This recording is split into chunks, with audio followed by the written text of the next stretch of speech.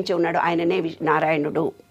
ఇంకొక చిన్న ఉదాహరణ చెప్పే మనం విశ్వంలో పంచభూతాలు బయట ఉన్నాయి, మనలో కూడా పంచభూతాలు. ఒక ఉదాహరణ చెప్తాను అందరికీ అర్థమయ్యేటట్టుగా. మీరెవ్వరూ కష్టపడాల్సిన అవసరం లేదు, బాధపడాల్సిన అవసరం లేదు. మీకున్న ప్రాబ్లమ్స్ మొత్తం నేను గ్యారెంటీ ఇస్తున్నా. విశ్వరూప సందర్శన, ఇది విశ్వ నియమాలను పూర్తిగా అర్థం చేసుకొని మీలో ఎనర్జీ లెవెల్స్ని పెంచుకోండి.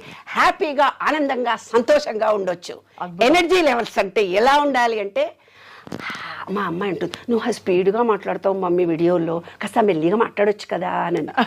అంటే వినండి, నేను అదేంటంటే బుధ అంటే గాలి అంటే స్పీడ్ ఎక్కువ, కాబట్టి నా మాట స్పీడ్గా వస్తుంది అంతే నాన్న, అంతకంటే ఇంకేం లేదు. అందులో ప్రేమతో నిండింది, స్పందనతో నిండింది, కాబట్టి ఇన్ని వేల హృదయాలను టచ్ చేయగలుగుతున్నాను. అవును, ఎస్. కాబట్టి విశ్వ నియమాలు మీ ప్రతిపాదన ఏమిటి? అందరూ తెలుసుకుని వాళ్ళకి వాళ్ళు ఆనందమయమైన జీవితాన్ని ఏర్పరచుకోవాలనా? ఎస్.